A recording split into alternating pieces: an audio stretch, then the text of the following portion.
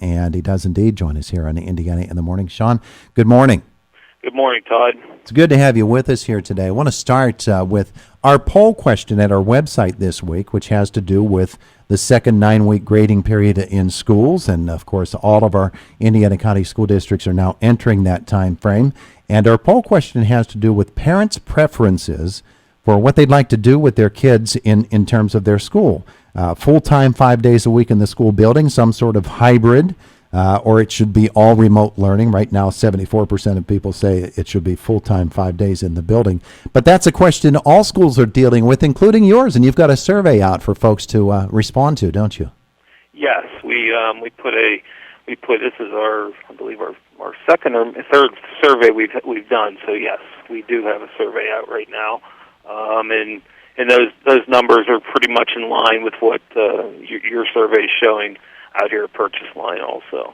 That being the case, you still have a lot more to put into it than what people would like to see happen, and I'm sure there's a pretty intense study going on as to what you will do moving forward, correct? Yes, well, we actually thought we are going to enter into what we're calling our phased return to in-school instruction, okay? And so we will be, the board decided last night, we will be phasing that in beginning in the second marking period, November 5th, and we're going to phase into back to school, and ours is going to look like 4 days a week, and Friday we will still be focused on our remote learners, as we still have well over 100 students choosing the full-time remote learning. As you phase it in, does it go by buildings or by grades, or how do you do it? We're still working out the actual process on that, but it'll probably be more grade level based and building based, and we'll probably begin at both schools phasing that in, and pretty much over the month of November we'll be doing that.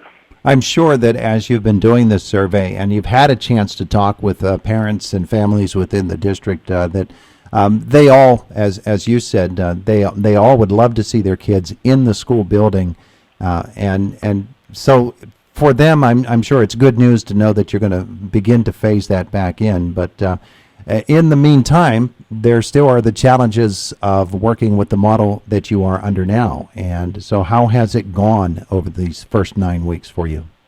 You know, I like to tell people when we started September 8th to where we're at here on October 13th, we're much further along than we were. Saying that, there's still many challenges. You know, schools were built for in-school instruction, and we've had to become basically an online provider of instruction. So that's had its challenges, Todd, both from from parents. Parents have their challenges of child care to having good internet out here in Purchase Line, to our teachers having to learn what does remote learning look like. So our teachers have done a very good job of reaching out. Our parents have been communicating, and we've kind of increased, and we started with having certain populations going 4 days a week, including our pre-K through 3. So we kept those kiddos in school quite a bit at the beginning. So, but it's definitely had its challenges. Like I said, we're getting better. We have a online learning platform at both buildings, and we meet weekly with our vendor, which is Waterfront Learning.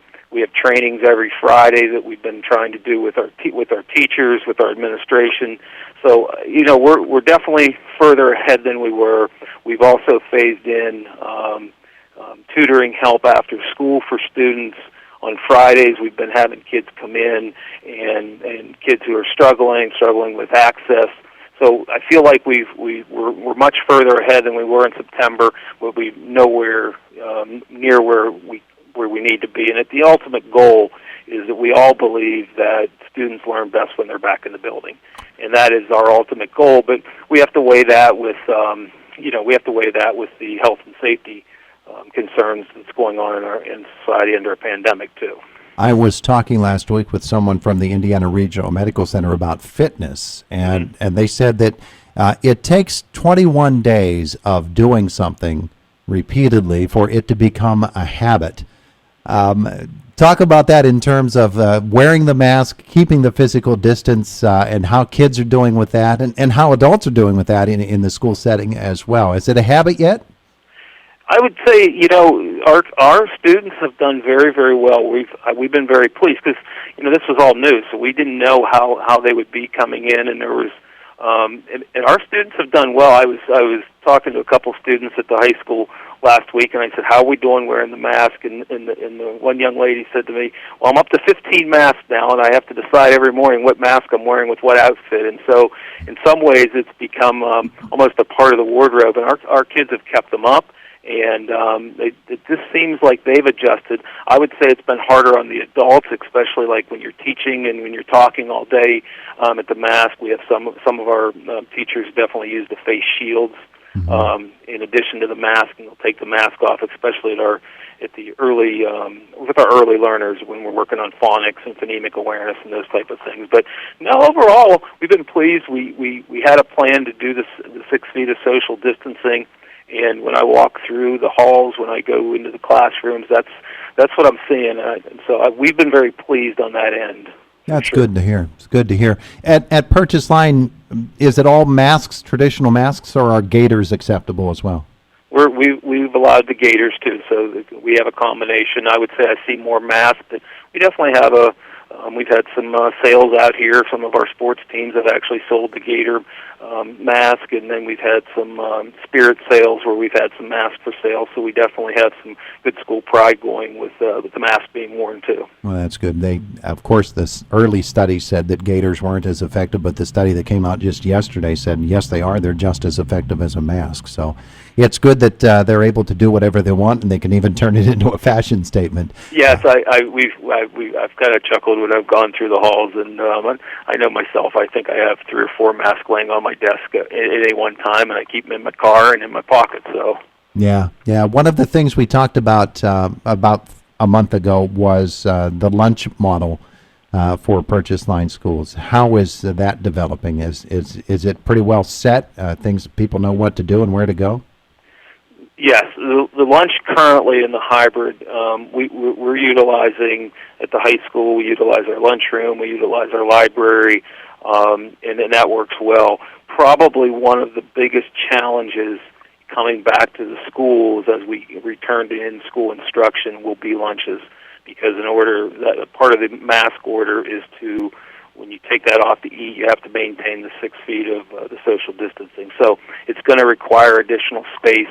And that's that will be the biggest, probably the biggest challenge at the high school, and also a challenge at the elementary, both from just finding the space to do that, and also having the staff to do that for roughly a 2.5 hour period of time. And so it's going well in the current hybrid plan. That will be probably one of our biggest challenges, and we'll actually start planning this week on that. Yeah, well, at least it's not like New York City where they want you to put your mask on between bites. Yes, definitely not that. Okay, and of course the normal questions come up now when we think about the educational model, the technology aspect of it, the connectivity aspect that Purchase Line is dealing with. It's as rural as every other district around here, and maybe even more rural than some. So how has that gone over the first 9 weeks? Better than we expected. When we began in August, we were anticipating a 25 to 30% of our community that was going to struggle with the connectivity. As we've gotten into that, our kids as we've reached out to kids, we've actually got that under 10%.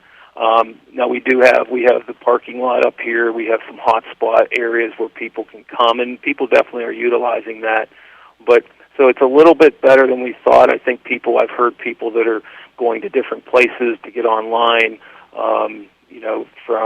From anywhere from Indiana clear through up the Mahaffey area. So I think people are being creative on that approach. But it's still something that's dear to my heart, is the connectivity. I'm in the superintendent's academy, and we spent about a half a day talking about that issue, and so part of me, I still want to continue to look at that, because I think that's one of the great inequities across the state. and it definitely affects our district here. So I think that's going to be constant. I've appreciated the work being done by the county commissioners, by some going after some of the grants. But you and I both know that's going to be a process. That's not going to happen overnight. But I still think we have to continue to work toward that to overcome that obstacle for sure. Yeah, really do. One of the interesting things to me about it all is that here we are. We're in October. November's not that far away. Budget season, therefore, is not that far away. And you're going to have to prepare a budget for the next fiscal year and get to work on it pretty soon. And technology is probably going to jump way higher on the list than at this time last year when you were thinking about preliminarily the budget. Now you're really going to have to focus on finding extra dollars, are you not? We're actually, I'm going to say we're not in great shape, but we utilized the CARES money that we received, and we actually have devices now pre-K through 12 for all students. Now we still have our refresh cycle in there that we had in our original plans pre-COVID, but we were able to get those ordered, and we actually had those we were only missing one grade level of iPads at the younger level, but other than that, so we're in pretty good shape. But naturally, the technology budget's going to have to continue to be a big line item in our budget. But I think we're in a little bit better shape possibly than what we were just utilizing some of those CARES dollars. Now the downside of that is, we still don't know what our basic subsidy is going to look like moving forward, and everything from the state. So I say that kind of out of one breath, but on the other breath that could come back to haunt us, as we go into budget season. So we'll just have to see how some of that plays out. A lot of unknowns. That's probably the hardest part of budgeting right now, because we have to begin that. Really, we begin that here in the next month and a half. And there's just so many unknowns out there. Yeah, you're absolutely right, and that becomes the big puzzle, and that's where your business manager becomes a big hero. Yes. Mrs. Romania will be a very busy person. Shawn Ford, thank you so much for spending some time with us this morning. I appreciate it. Hey, thanks, Todd. I appreciate it. Have a good day. You too. We'll see you. All right, bye-bye. There are things going well at Purchase Line School District. That's going to do it for us for today. It is the voice of Indiana County, WCCS 101.1 FM and AM 1160. Kill Meet up next.